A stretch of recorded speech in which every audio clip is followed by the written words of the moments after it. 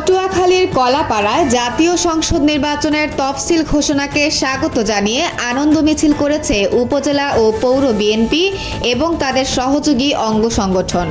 বৃহস্পতিবার সন্ধ্যা 7:30টায় পৌর শহরের নতুন বাজার এলাকার উপজেলা বিএনপির কার্যালয় প্রাঙ্গণ থেকে মিছিলটি বের হয়।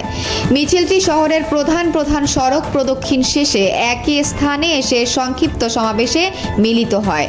এতে উপজেলা ও পৌর বিএনপি এবং অঙ্গ সংগঠনের হাজারো নেতাকর্মী অংশ নেন। সমাবেশে বক্তব্য রাখেন উপজেলা বিএনপির সভাপতি হাজী হুমায়ুন শিকদার ও সাধারণ সম্পাদক হাফিজুর রহমান চুন্নু সহ অন্যান্য নেতারা।